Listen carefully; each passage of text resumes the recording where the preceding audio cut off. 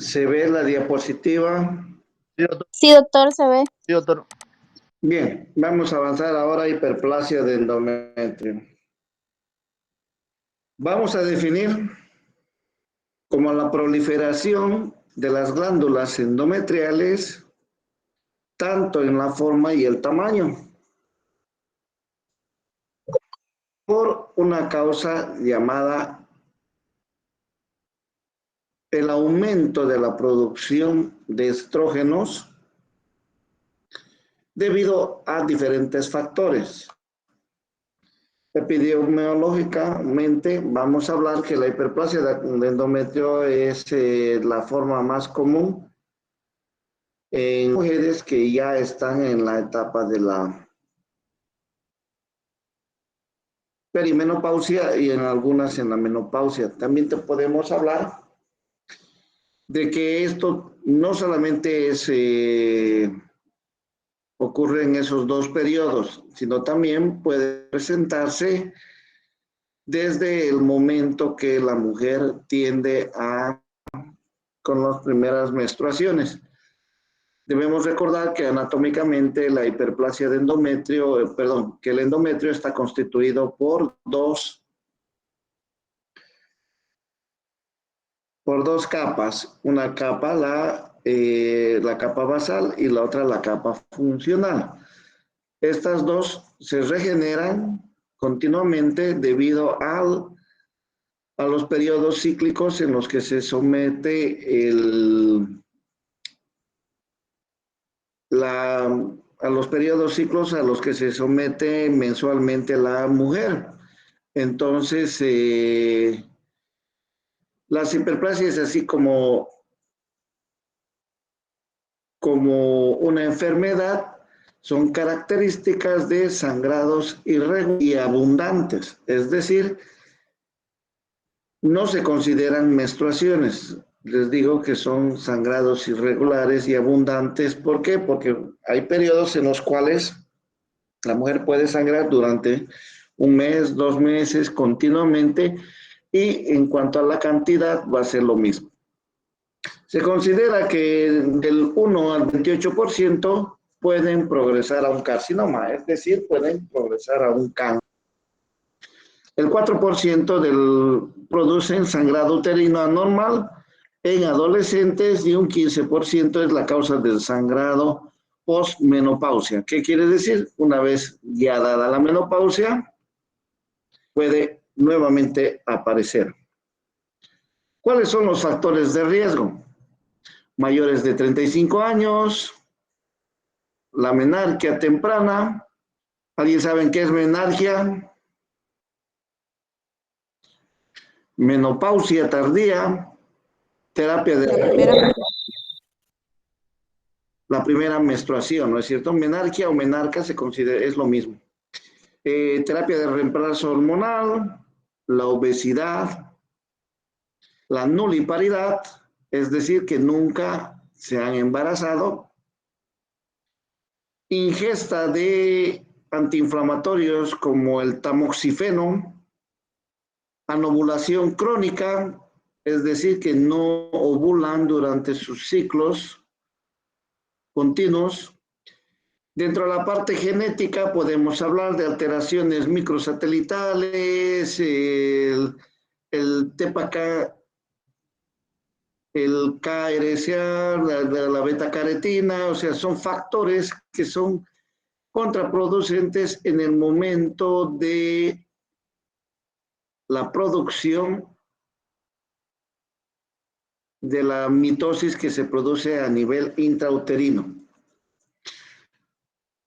De acuerdo a una de las clasificaciones, porque son varias, vamos a hablar que la hiperplasia sin atipia, o sea, sin cambio de células, va a ser el 1%, la compleja sin atipia va a ser del 3%, y la simple con atipia va a ser el 8%. ¿Qué quiere decir atipia? Que va a tener la modificación de las células a nivel de las capas endometriales y estas van a degenerar a un cáncer. Y la más peligrosa, que pertenece a un 28%, va a ser la hiperplasia compleja con atipia, es decir, con el cambio de la estructura celular por completo. Esto es una clasificación que se toma, es la más didáctica, dada por la Organización de Ginecología, Patológica, avalada por la Organización Mundial de la Salud. Entonces, al hablar de la hiperplasia endometrial, podemos también darle el nombre de neoplasia interepitelial endometrial. En algunos libros van a encontrar como hiperplasia endometrial y en otros como una neoplasia intraepitelial endometrial. De acuerdo al sistema, ni es una forma más exacta de hablar de la progresión al cáncer. El NIE, como bien lo ven arriba, es la neoplasia intraepitelial endometrial. En otros países se toma este tipo de clasificación. En el nuestro hablamos directamente como una hiperplasia endometrial. Vean histológicamente cómo va a ser la estructura de un endometrio normal y de un endometrio en una etapa secretoria. ¿Cuál es la etapa secretoria? En la etapa en la cual va a presentarse, se va a preparar las células paradas a través de una menstruación. Vean, son estructuras sólidas, uniformes en su borde, no son irregulares. En cambio, ya en el momento del periodo secretor, va a ir cambiando su estructura. En esta diapositiva podemos observar que habla de un 50%, en cambio en la estructura glandular como en el estroma.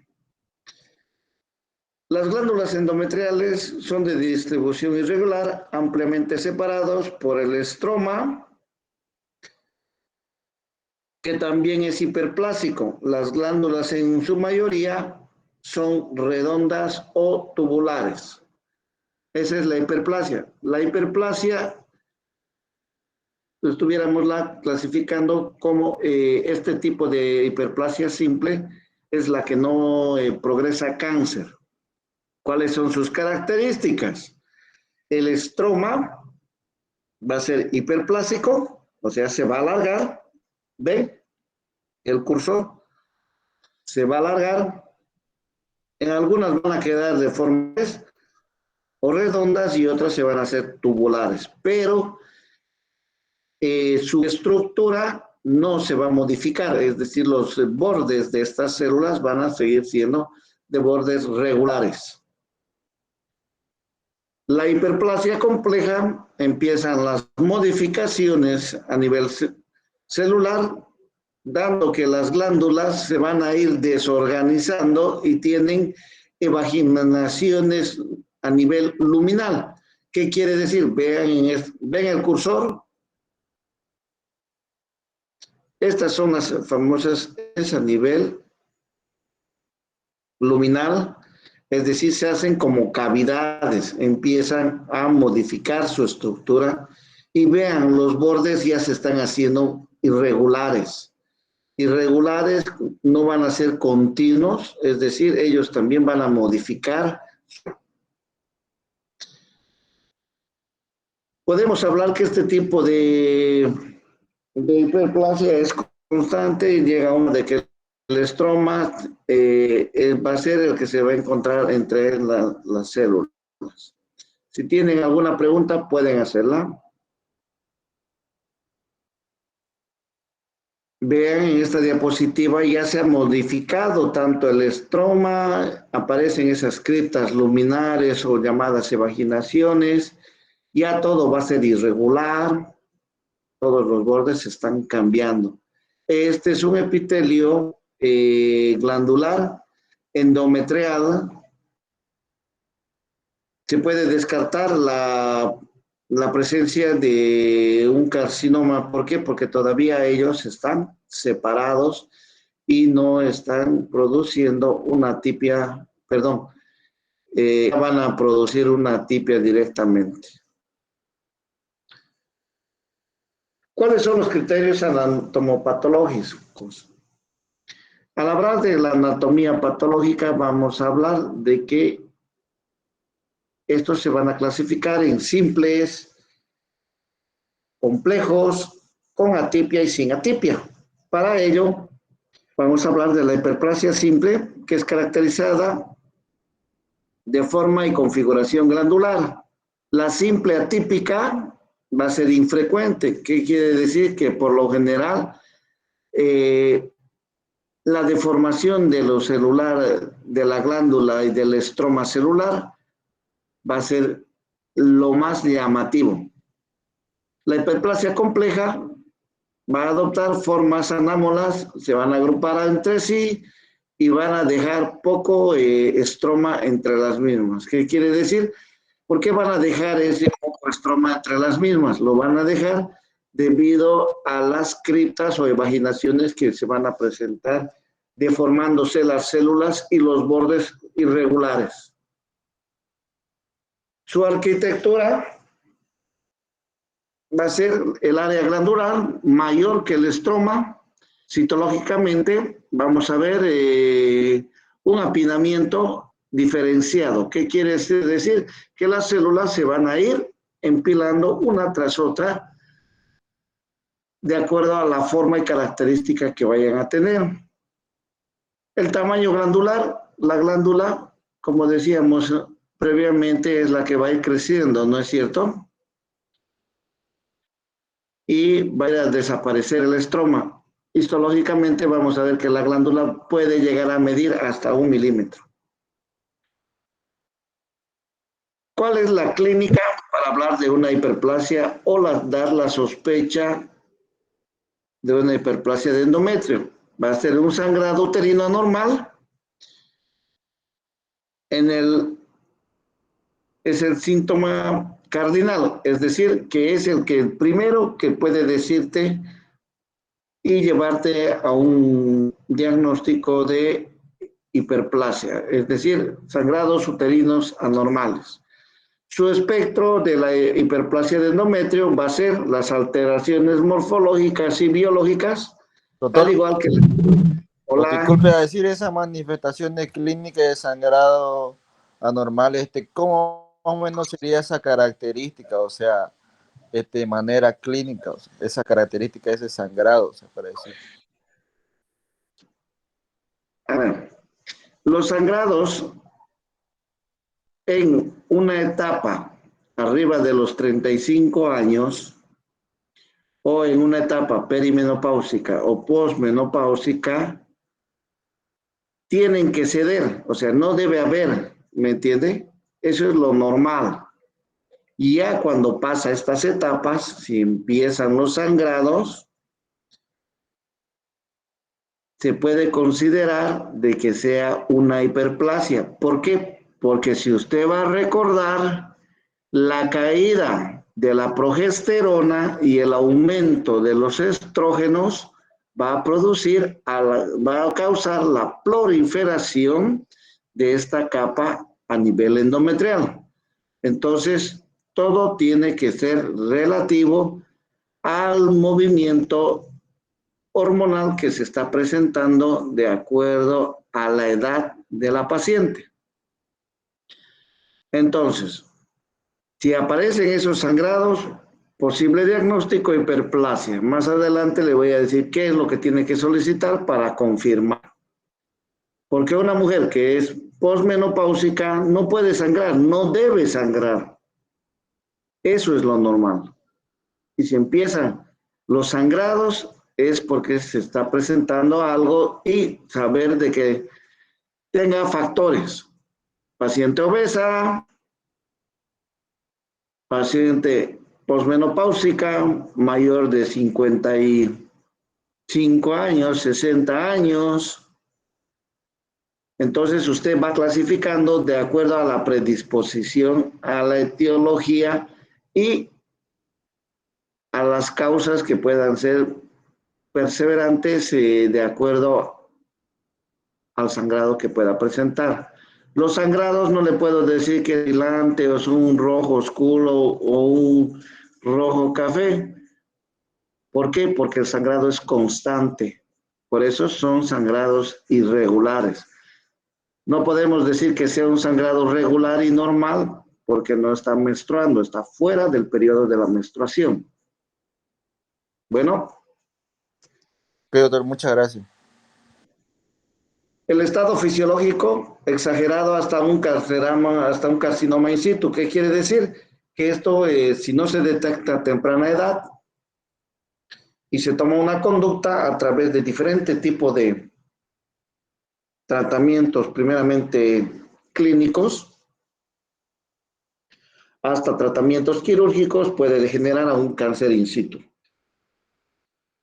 ¿Cómo se va a comportar la hiperplasia de endometrio? Va a degenerar la hiperplasia sin atipia en 9.5 años, puede degenerar a un cáncer. En cambio, la hiperplasia ya con atipia degenera mucho más rápido entre 4.5 años. Eso era lo que les decía previamente, que va a ir degenerando si es que no se logra captar a la paciente en el momento indicado para que reciba un tratamiento y así no permitir que la degeneración histológica de estas células puedan causar mayor patología. Diagnóstico. Se puede realizar una ecografía transvaginal, una biopsia de endometrio, muestras citológicas e histeroscopía. Vean, aquí existen dos flechas. Están viendo mi cursor, ¿no es cierto? Todo lo que estoy delimitando es el útero. ¿Ya? Está delimitado por una línea. Vean.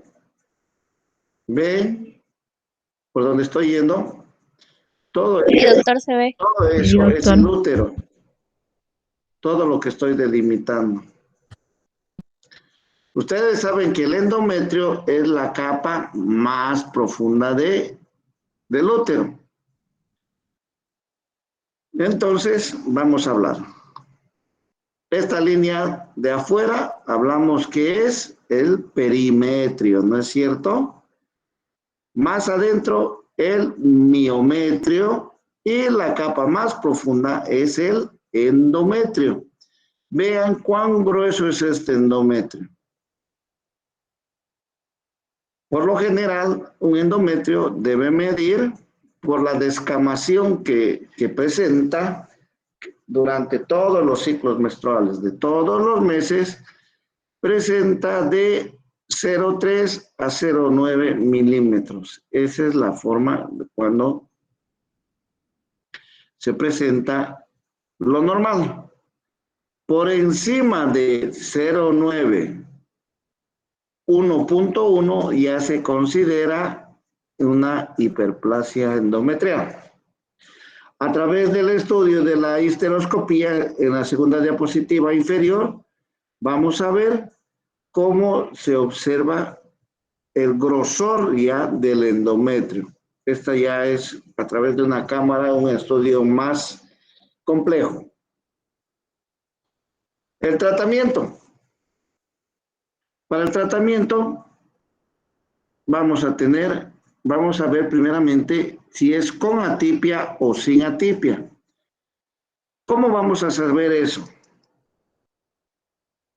En el diagnóstico habíamos hablado que se hacía una ecografía transvaginal, una biopsia endometrial. Esta biopsia endometrial es la más importante. Se puede realizar a través de dos métodos. Escuchen bien, eso no está en la diapositiva. Se puede realizar a través de un legrado uterino instrumental o a través de una aspiración endomanual, perdón, una aspiración manual endouterina. Esos dos métodos pueden realizarse para la obtención de la muestra, o sea, para biopsiar el endometrio y llevarlo a un estudio. El estudio dará como respuesta e informe si va a ser con atipia o sin atipia esa capa endometrial. De acuerdo a eso, vamos a tener que dar un tratamiento.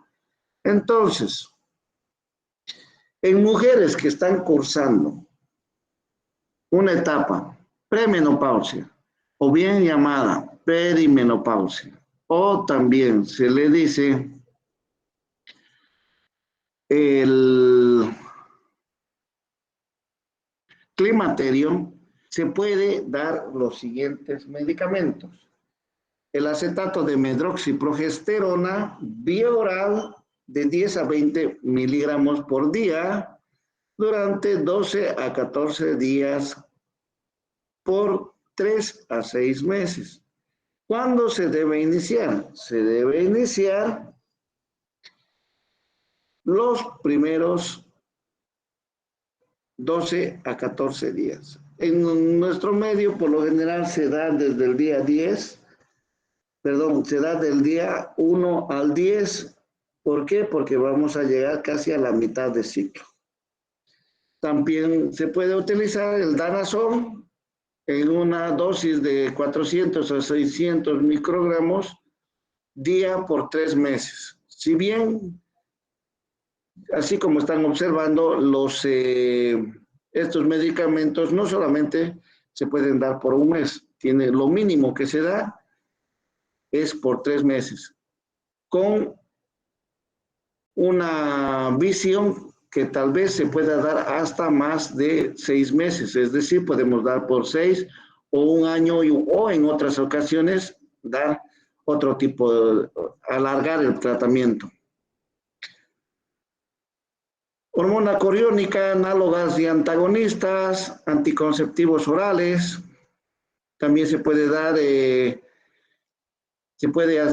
optar por un dispositivo intrauterino con progesterona. En la actualidad existen dispositivos en forma de T que van desprendiendo hormonas, el más común es la Mirena, de costo elevado, pero es un buen tratamiento para la paciente porque no tiene que tomar, no se olvida, entonces se puede colocar directamente a nivel endometrial y actuar de forma local. En las pacientes posmenopáusicas se puede utilizar el acetato de medroxiprogesterona nuevamente con 2.5 miligramos cada día, es decir, sin soltar por meses. Hasta los 3 meses se hace un nuevo control, continúa la hiperplasia, continuamos el tratamiento. También eso se trata en cuanto al tratamiento médico clínico. Este es el tratamiento médico quirúrgico. ¿En qué se termina? Se puede realizar en pacientes que tengan la hiperplasia con atipia, llegando a la extirpación del útero, que el procedimiento quirúrgico se llama histerectomía por una hiperplasia de endometrio, llamada de elección por el hecho de que si bien el tratamiento médico clínico puede ir bien o no va bien, la segunda opción es el tratamiento quirúrgico. Les digo que si va bien el tratamiento, pero la persona ya sale bien y se puede regenerar nuevamente las células, muchas veces las personas ya no quieren hacer un tratamiento vía oral, entonces prefieren que se remueva esta pieza anatómica que vendría a ser el útero, ¿no? Entonces se hace una histerectomía. Se puede realizar en personas que hayan tenido sin paridad satisfecha de altas dosis de progestágenos. ¿Qué quiere decir? Dar progesterona, ¿no? La progesterona puede ser una función de alteración local para su producción. Puede hacerse un seguimiento citológico cada 3 meses, es decir, después de la histerectomía se puede hacer citología de este tipo de células para observar que todo vaya bien y que no haya hecho metástasis a otros órganos. ¿Preguntas? Doctor, disculpe, ¿podría por favor repetir los dos estudios para hacer una biopsia de endometrio para la obtención? Por favor. Para la biopsia se utiliza el legrado uterino instrumental o LUI, y el segundo es la aspiración manual endouterina, se le llama AMEU. Ambos procedimientos se pueden utilizar también en los abortos incompletos. Son instrumentos que se utilizan para obtención de tejido dentro de la cavidad uterina. ¿Otra pregunta? Doctor, Buenas tardes. Disculpe, doctor. Dígame, señorita. ¿En qué libro podemos encontrar este tema? Disculpe, que está viviéndolo en Gori y no lo pillé con endometrio, hiperplasia endometrio. Pueden encontrarlo en el de Schwartz también. En Schwartz está. ¿Con qué nombre? Disculpe, doctor. Como También lo hiperplasia estaba de endometrio. Hiperplasia de endometrio, puede ser como, sí, está como hiperplasia. Eso es lo más didáctico, siempre es la hiperplasia. No me he basado en otros libros.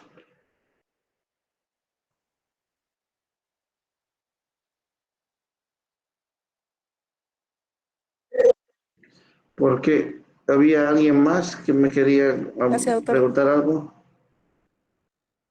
yo, en base al tratamiento de sinatipia de la hiperplasia, ¿cuánto? No es que haya 3 a 6 meses. O sea, ¿cómo vamos a saber, o sea, cuándo parar el tratamiento farmacológico o alargarlo más? Cuando usted a los 3 meses solicita una nueva ecografía para ver el volumen o grosor de la capa endometrial, si ha sido reducida o continúa. Si va reduciendo, por eso les decía, hablamos de 0,3 a 0,9 milímetros del endometrio normal.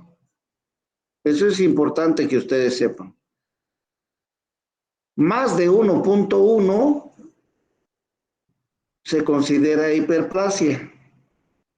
Entonces, la relación que usted va a realizar entre una ecografía y otra le va a decir que tiene que prolongar el tratamiento o que el tratamiento ya ha sido el óptimo.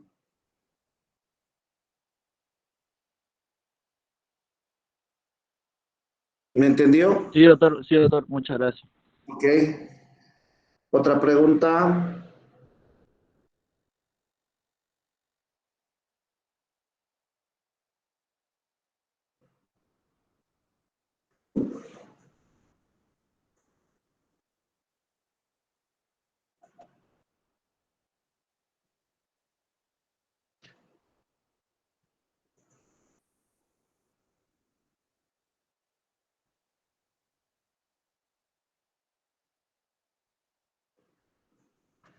Bien, si no hay más preguntas, queridos jóvenes, prendan sus cámaras.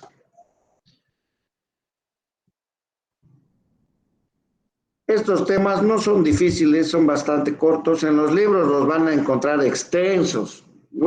Hay libros de una sola patología, pero tampoco los voy a sacar ginecólogos. Con que ustedes sepan diagnosticar y tener la idea de que cuál es la patología que pueda ser presente, es suficiente.